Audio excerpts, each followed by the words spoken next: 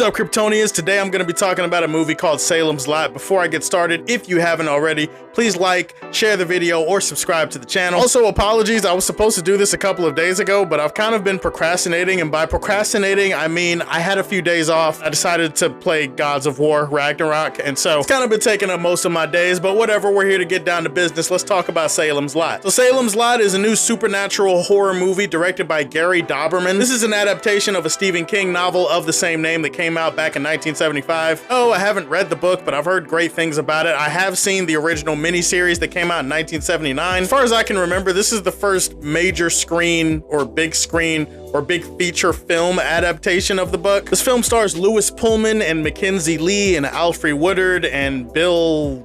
what's his name? So when an author returns to his hometown of Jerusalem's Lot, he's there to seek inspiration for a new book idea. Unfortunately, he finds that the entire town is being hunted and haunted by a vampire, and so a situation arises out of that, and thus we have a movie. I am a decent-sized fan of the miniseries, but I do think it's dangerous to try to bring my expectations of that series into this feature film adaptation. Expectations can be the most dangerous things when it comes to movies. You can keep your anticipation high or low depending on how excited you are, but expectations as far as like specific things, I mean, that's kind of, you can compare, but as far as expecting the movie to do what you expect, that's a very dangerous thing. I try not to play with that. For now, I will list off some of the things I liked about the film. You guys know that I like to talk a lot about cinematography on this channel. Sometimes I get more in-depth with it, and on this movie, I do think it was very well shot. Not just very well shot as far as like, ooh, the frames and the pictures and the colors are pretty. I do mean there's like some interesting things they do with a lot of the camera work and a lot of the shot composition here. They do some really interesting things with the silhouettes in this movie, with the shadows. They do a lot of interesting things in terms of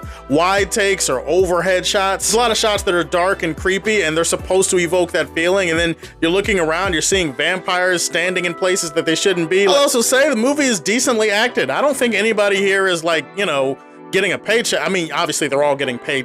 They're all getting a paycheck to a certain degree. It would be easy for a movie that just got shipped to Max, and it was supposed to come out in theaters a couple years ago, apparently. It'd be easy to look at it and dismiss it and go in thinking, oh, well, is everybody going to be as committed to the final product? I do have to say most of the actors in this movie feel committed. There's also an actor who plays this kid, and I can't remember the name of the actor, which is not a surprise because I forget a lot of shit on this channel, but he was easily the best character in the entire movie. Sure, you could like nitpick it and be like, well, would he really show this kind of lack of fear? Would he really have all the answers to the test like this? My response is rule of cool. If there's a really cool character that pops up and they're a badass and they make you like them during a movie, you're not allowed to really question all the little things that go into the character. Just appreciate it and shut the hell up. I'm kidding, mostly, like you can question it or whatever, like you're feel free to question it. I'm just saying for this movie in particular, rule of cool applies. He was the coolest character in the movie. He's the character I liked the most. And while I wouldn't call the movie scary or anything like that, there are a few thrilling moments here with vampires hunting people,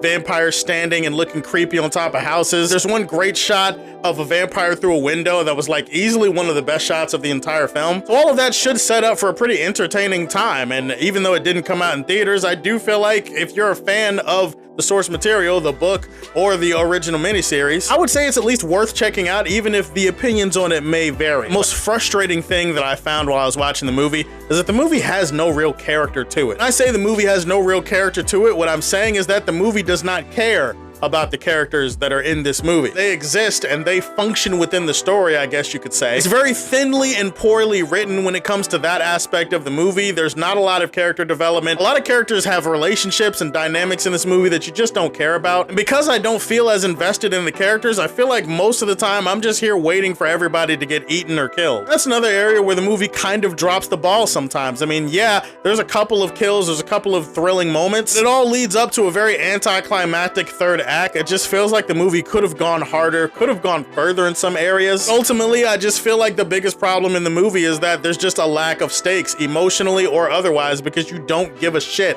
about the people in the movie. So when characters are dying, when characters are getting their heads and limbs ripped off, you're just kind of rooting for it all to happen. And I would probably say that deflates a lot of the tension from the movie. In the end, I had a decent time watching the movie. I don't think it's bad. I think I do prefer the miniseries. Obviously, if you've read the book, you could tell me in the comment section how faithful it is to the book, or not faithful it is to the book. Overall though, it was just okay, and I'm going to leave Salem's Lot in the Fortress of Solitude. It was alright, it was decent. I would say check it out if you're into vampires, if you're into horror movies. It's not that bad, it's just not gonna fulfill you either. Guys, tell me, what's your favorite vampire movie of all time? Yes, you can include Blade if your heart so desires that you include Blade. Give me that in the comment section down below. Please like and subscribe to the Superfan Show, and if you like what you see, tell me how you feel. Stay tuned to hear more from the Man of Steel.